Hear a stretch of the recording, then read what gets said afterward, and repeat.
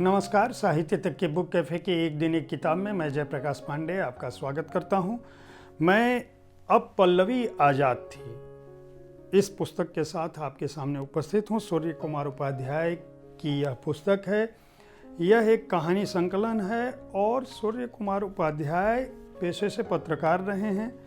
उन्होंने अपने जीवन में, पत्रकारिता के जीवन में 15 सालों में जो कुछ देखा समझा, उसको आत्म कथात्मक या उस शैली में लिखा है जैसे वह निज कथ्य हो, जैसे उन्होंने देखा हो। फर्स्ट पर्सन में यह कहानियाँ लिखी गई हैं और इनमें उनका कस्बा, उनका परिवार, उनके दोस्त मित्र, उनके इश्क, तमाम चीज़ें शामिल हैं। कुल 21 कहानियों का यह संकलन है और इस कहानी में मर्दानगी जो किन्नर के जज्बे और हौसले पर है, नागिन चाय एक ऐसे शख्स की कहानी है जो उनको विश्वविद्यालय गेट के बाहर चाय बनाने वाले के रूप में मिला था, जहां से इलाहाबाद विश्वविद्यालय की समूची प्रशासनिक सेवा की तैयारियां, प्रतियोगितात्मक परीक्षा की तैयारी करते छात्र और वहां की राजनीति के अलावा उस शहर का जीवन, उस शहर के छात्रों का जीवन दिखता है, जहां प्रेम, पढ़ाई और आवारगी एक साथ होती है। इलाहाबाद के उस छात्र जीवन पर आधारित यह कहानी अपने आप में बहुत अद्भुत बन पड़ी है। नागिन चाय पीने के लिए सारे छात्र जाते हैं। जो उस चाय की दुकान को चलाने वाले सज्जन हैं, कहा जाता है उनके बारे में तरह तरह की कथाएं व्याप्त हैं, जिनमें एक कथा यह भी है कि भैया जो है ये पीसीएस की परीक्षाएं निकाल लिया करते थे, लेकिन प्रिलिमिनरी पास होने के बाद मेंस कभी नहीं क्वालिफाई कर पाए।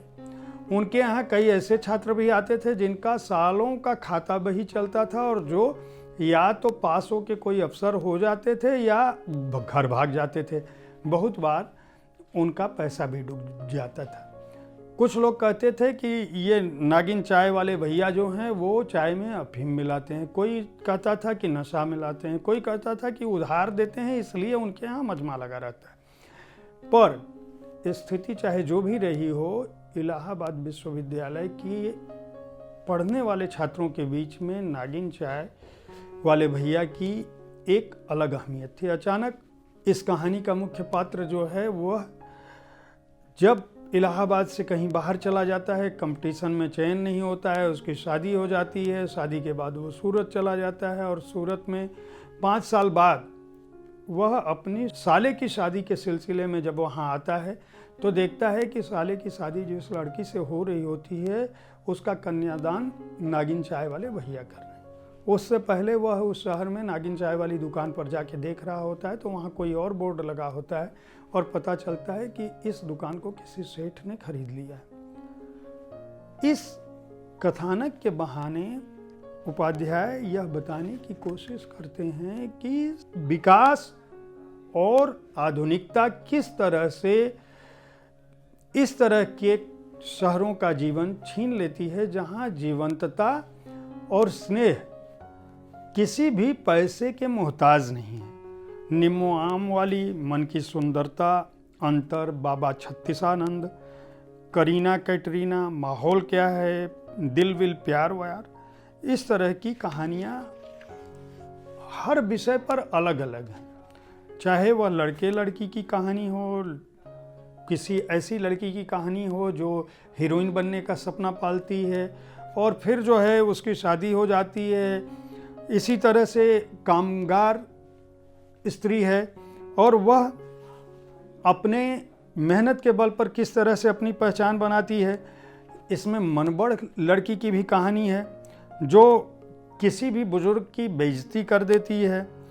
ऐसी भी कहानी है जो राजनीति और नौ धनाढ्यों को कटघरे में खड़ा करती हैं। आप अगर अच्छी कहानियाँ पढ़ना चाहते हैं तो सूर्य कुमार उपाध्याय के इस संकलन को खरीद सकते हैं।